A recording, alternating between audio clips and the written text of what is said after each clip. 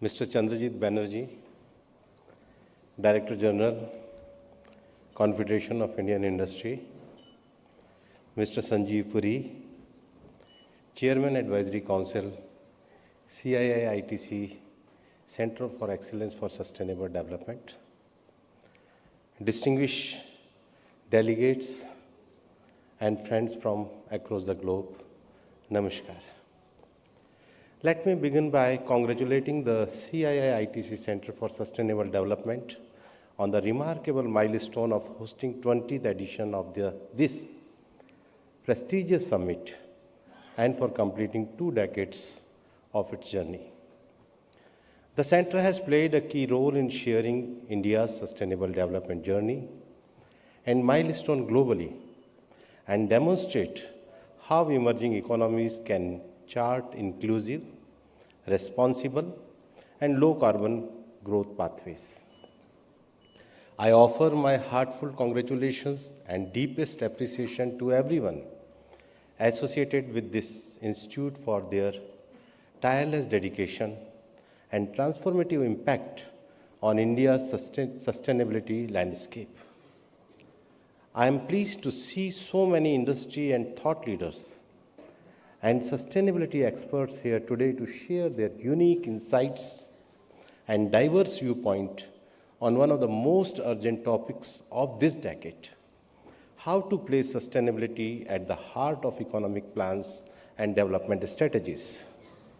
Outside India, the term sustainability was first used as early as 1713 by Hans Clan von Kollwitz in his book on forestry, where he advocated sustainability for harvesting wood in a way that allowed for nature regeneration in the context of environmental sustainability. Hence emphasized, one must only use the amount of wood that is really needed. The German forest scientists formulated the 3 pillars of sustainability. First, environmental equilibrium. Second, economic security. And third, social justice.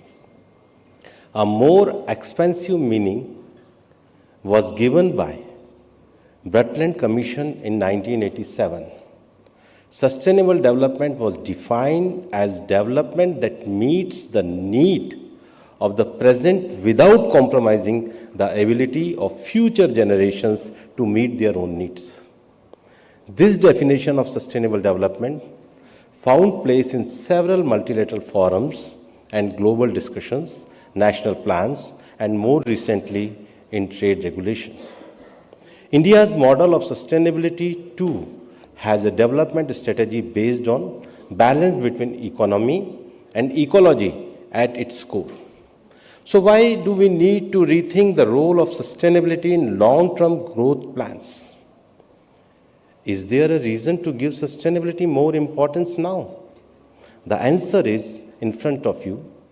The prevailing geo-context and dynamic forces such as industrial growth, human-led interventions, and consumption-focused growth models are actually slowing the engines of global economic expansion. The International Monetary Fund projects a cautious global growth trajectory expected to be around 3% in 2025 and slightly higher at 3.1% in 2026, indicating subdued momentum compared to historical average prior to the pandemic. This slowdown in global growth is due to several other factors: escalating trade tensions, policy uncertainties, geopolitical conflicts, and barrier to global financial investment by major economies. Combined, these issues create a fragile environment. To regain the global growth momentum, these transformative changes, countries need to re-engineer a new growth model that support healthier, inclusive, and resilient growth. Development priorities and make sustainability central to policy framework. Countries need to make sustainability foundational to growth by embracing economy, wide solution that encompasses circular economy models, nature positive actions, green manufacturing, and advancing behavior change for responsible practices. In my view, sustainability should not be considered as a goal or an objective that has to be achieved. I believe it is a lifestyle choice, an evolving commitment to be resilient by withstanding and adapt to uncertainties of an ever-changing world, regenerative by actively restoring and renewing the natural system, and being responsible through adaptation practices that are grounded in accountability ethics and deep respect for people and the planet. We have given this choice the name of Mission Life, as given by our Prime Minister, which prioritizes mindful utilization over mindless consumption. Ladies and gentlemen, I am delighted to inform you that recently, drawing motivation from leadership of Prime Minister Shri Narendra Modi ji, Ministry of Environment, Forest and Climate Change issued very critical notifications with the aim of building a sustainable future. On August 29, in last month, we enacted the Environment Audit Rules 2025. These rules establish a formal framework for environmental auditing across India. The new rules, which come into force immediately, are designed to supplement the existing government monitoring and inspection framework, not to replace it. These rules establish a formal framework for environmental auditing across India. The rule established a new two-tiered system for environmental auditors and dedicated agency to oversee the process. The Government of India launched the Green Credit Program in October 2023 to encourage individual and institution to voluntarily undertake positive environmental action. Under this initiative, effective eco-restoration work on degraded forest land was envisioned.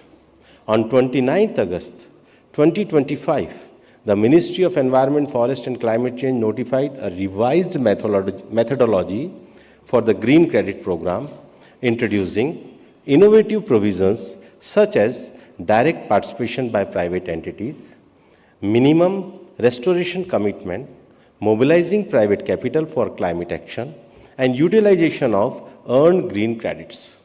With the objective of achieving self-reliance in the critical mineral sector, the Government of India has launched the National Critical Mineral Mission 2025. Under this mission, 24 minerals have been identified as critical and strategic mineral, and 29 other minerals have been considered important for strengthening the country's economic development and national security.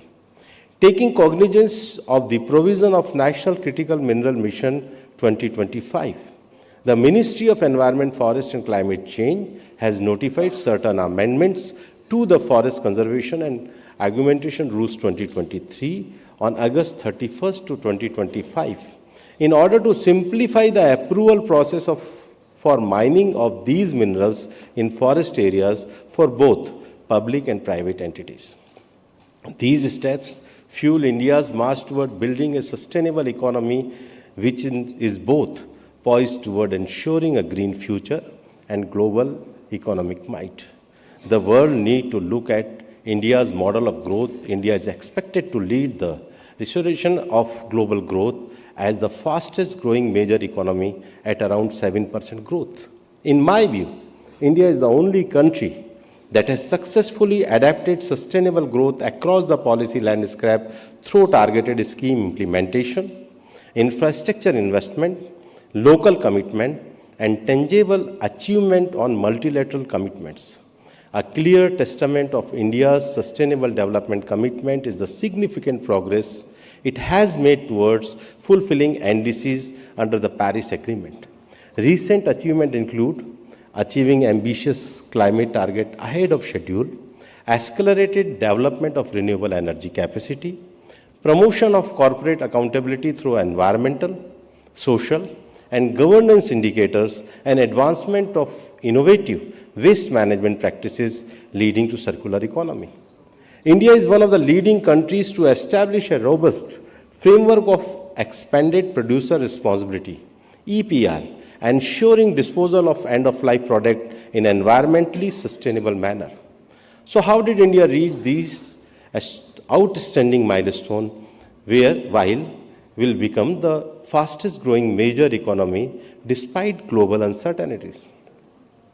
How is India not just sustaining but thriving? To answer this question, I would like to bring your attention back to the theme of this conference: resilient, regenerative, and responsible. India's enduring economic progress is founded on these three pillars. It is a fact acknowledged by most countries that India has established itself as a leader in sustainability through the formulation of comprehensive policy framework that embed sustainability across all sectors and level of governance. One of the most significant interventions under the resilience pillar is the upcoming launch of India's adaptation plan.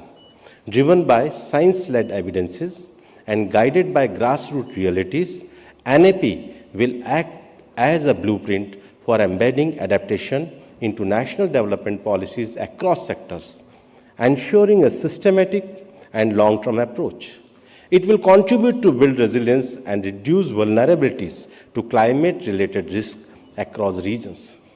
When we talk about India's fits under the second pillar, building regenerative capacities, I am happy to share with you that India's advancement in this area remains unparalleled. Through various schemes and programs, India has expanded forest coverage from 6,98,712 square kilometer in 2013 to 7,15,343 square kilometer in 2023. Carbon sink has reached 30.43 billion tons of carbon dioxide equivalent, adding 2.29 billion tons since 2005. A notable initiative in this regard is the recently program launched by our Honorable Prime Minister, Ek Ped Maa Ke Naam, leading to plantation of about 1.5 billion trees in 1 year. India recognizes that long-term ecological balance depends on collective efforts. The emphasis on shared responsibility of all stakeholders in protecting nature is visible across program and scheme. A flagship initiative exemplifying this is Mission Life, launched in 2022 as a global movement. The initiative fosters sustainable lifestyle through mindful consumption, encouraging behavior change toward environment protection and conservation by shifting from a linear use and dispose economy to a circular economy. Recent regulation and policy update related to waste management rules and extended producer responsibility rules further ensure that industry take responsibility for their product through a lifestyle approach.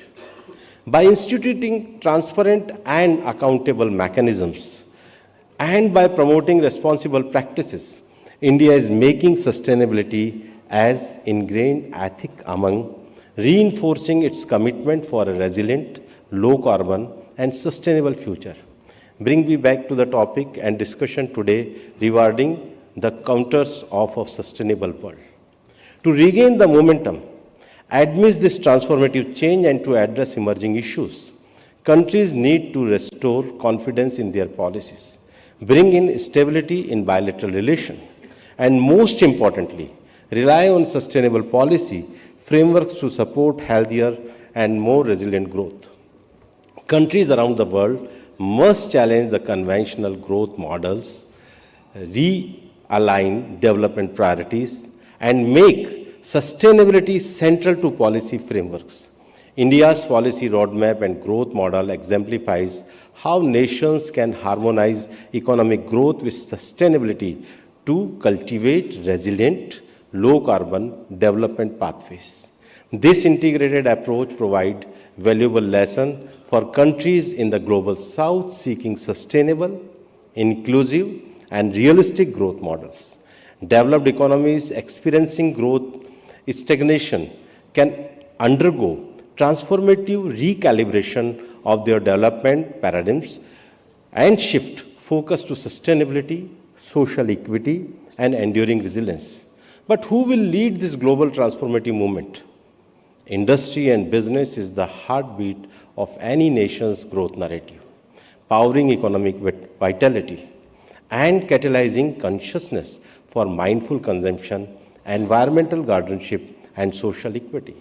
In a world defined by change, industry must transcend conventional goals and weave sustainability seamlessly into their corporate policy by aligning with national aspiration for resilience and inclusion. By proactively reducing vulnerabilities, building resilient economies rooted in inclusivity, unlocking efficiency through decarbonization, and pioneering circular economy solutions that marry prosperity with responsibility. Industry can not only strengthen nations' adaptive capacity to cope with emerging challenges such as climate change, resource scarcity, and shifting market dynamics, but also serve as a catalyst for resilient, regenerative, and responsible world. As leaders, policymakers, and stakeholders across industries and government, we hold the collective responsibility to transcend conventional approaches.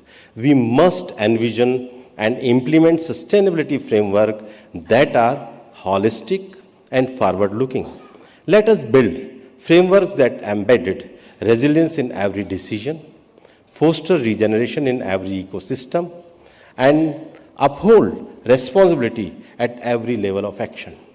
During the next 2 days here, let us pioneer transformative pathways that ensure a thriving, inclusive future by embracing resilience, regeneration, and responsibility. Let us chart a course toward a more sustainable world. Thank you very much. Jai Hind, Jai Bharat.